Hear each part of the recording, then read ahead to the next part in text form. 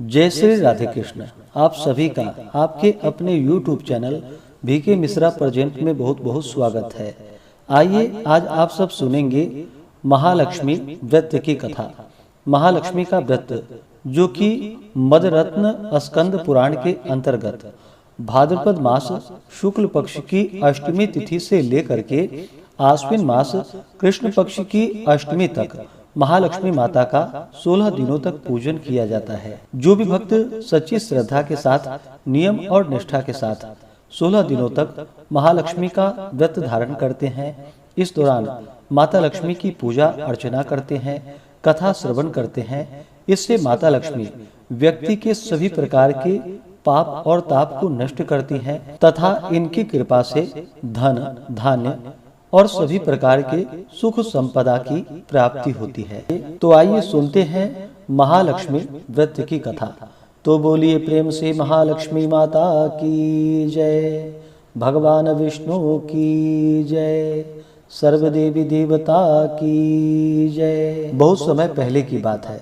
एक बार महर्षि श्री वेद व्यास जी हस्तिनापुर पधारे। उनका आगमन सुनकर महाराज धृतराष्ट्र ने उनको आदर सहित राजमहल में ले गए। स्वर्ण सिंहासन पर विराजमान कर चरणोदक ले उनका पूजन किया। श्री व्यास जी से माता कुंती तथा गांधारी ने हाथ जोड़कर प्रश्न किया कि हे महामुने, आप त्रिकालदर्शी हैं, अतः आपसे हमारी प्रार्थना है कि आप हमको कोई ऐसा सरल व्रत तथा पूजन बतलाइए जिससे हमारा राज्य लक्ष्मी, सुख संपत्ति, पुत्र पौत्र आदि व परिवार सुखी रहे। इतना सुनकर महर्षि वेद व्यास जी कहने लगे, हम एक ऐसे व्रत का पूजन व वर्णन कहते हैं जिससे सदा लक्ष्मी जी का निवास होकर सुख समृद्धि की वृद्धि होती रहेगी। यह श्री महालक्ष्मी जी का व्रत है जिसे प्रतिवर्ष भाद्रपद मास शुक्ल पक्ष की अष्टमी से लेकर के आश्विन कृष्ण अष्टमी तक विधिवत लक्ष्मी की पूजा की जाती है। इस प्रकार कहने पर फिर प्रश्न किया कि हे महामुने, इस व्रत की विधि हमें विस्तार पूर्वक बतलाने की कृपा करे। तब व्यास जी बोले कि हे देवी, यह व्रत भाद्रपद शुक्ल अष्टमी से प्रारंभ किया जाता है। इस दिन स्नान करके 16 सूत के धागों का डोरा बनाए, उसमें 16 गांठ लगाए, हल्दी से पीला करे, प्रतिदिन 16 दूब व 16 गेहूं डोरे को चढ़ाए। आश्विन कृष्ण अष्टमी के दिन उपवास रखकर मिट्टी के हाथी पर श्री महालक्ष्मी जी की प्रतिमा स्थापित कर विधिवत पूजन करे। इस प्रकार श्रद्धा भक्ति सहित महालक्ष्मी का व्रत पूजन करने से आप लोगों की राज्य लक्ष्मी में सदा अवृद्धि होती रहेगी। इस प्रकार व्रत का विधान बतलाकर श्री वेद व्यास जी अपने आश्रम को प्रस्थान कर गए। इधर समय के अनुसार भाद्रपद शुक्ल अष्टमी से गांधारी तथा कुंती अपने अपने महलों में नगर की स्त्रियों सहित व्रत का आरंभ करने लगी। इस प्रकार 15 दिन बीत गए। 16वें दिन आश्विन कृष्ण अष्टमी के दिन गांधारी ने नगर के सभी प्रतिष्ठित महिलाओं को पूजन के लिए अपने महल में बुलवा लिया।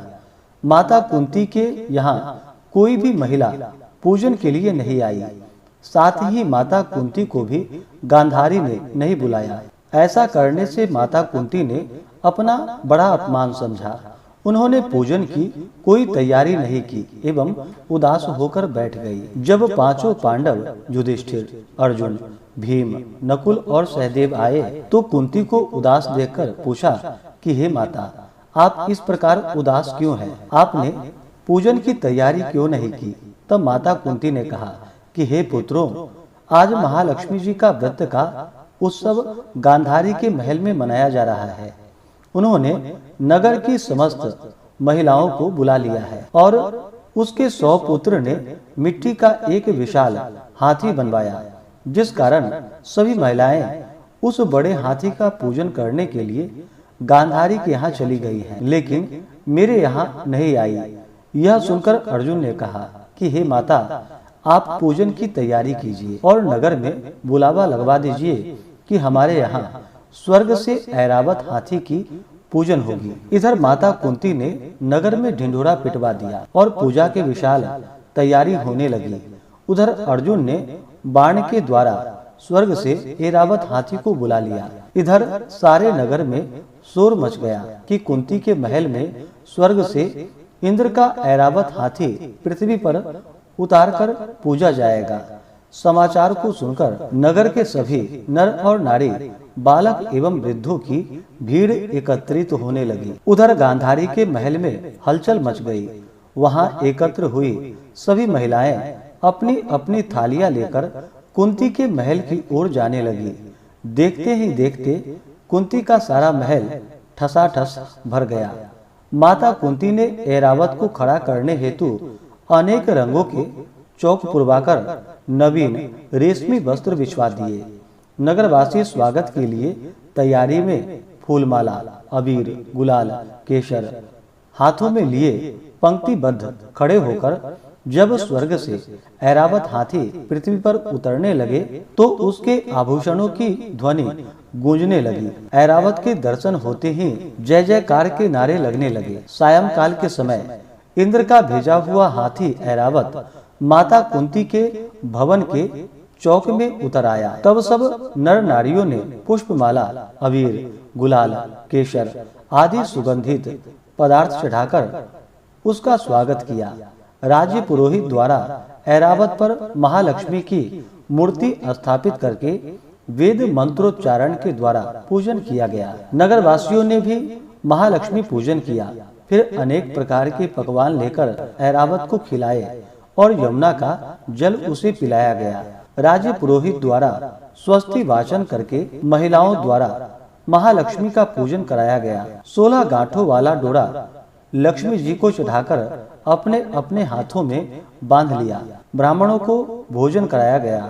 दक्षिणा के रूप में स्वर्ण, आभूषण, वस्त्र आदि दिए गए। तत्पश्चात महिलाओं ने मिलकर मधुर संगीत लहरियों के साथ भजन कीर्तन कर संपूर्ण रात्रि महालक्ष्मी व्रत का जागरण किया। दूसरे दिन प्रातः राज्य पुरोहित द्वारा वेद मंत्रोच्चारण के साथ जलाशय में महालक्ष्मी जी की मूर्ति का विसर्जन किया गया। फिर ऐरावत को विदा कर इंद्रलोक को भेजा गया। इस प्रकार जो स्त्रियां श्री महालक्ष्मी जी का विधि पूर्वक व्रत एवं पूजन करती हैं, उनके घर धन धान्य से पूर्ण रहते हैं तथा उनके घर में महालक्ष्मी सदा निवास करती है।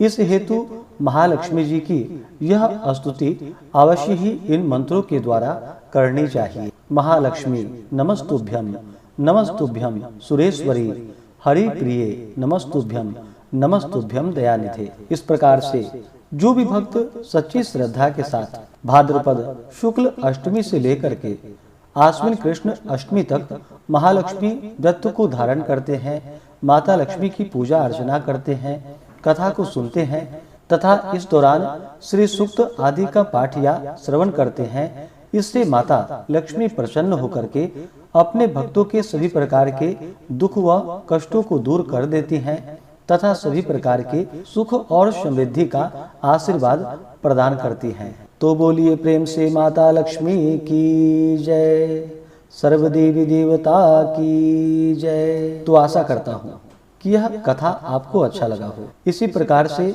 ज्ञानवर्धक जानकारियाँ प्राप्त करते रहने के लिए, व्रत पूजा के बारे में जानने के लिए, कथा को सुनने के लिए चैनल पे अगर आप पहली बार आए हैं तो चैनल को लाल बटन दबा करके सब्सक्राइब करें, साथ में बेल आइकन घंटी को दबाएं ताकि आने वाली वीडियो का नोटिफिकेशन आपको समय से मिलता रहे। वीडियो को लाइक करें, शेयर करें। सुखी रहें और स्वस्थ रहें। आप सभी भक्तों पर माता लक्ष्मी का कृपा सदैव बना रहे। मिलते हैं फिर अगले वीडियो में। जय श्री राधे कृष्ण। धन्यवाद।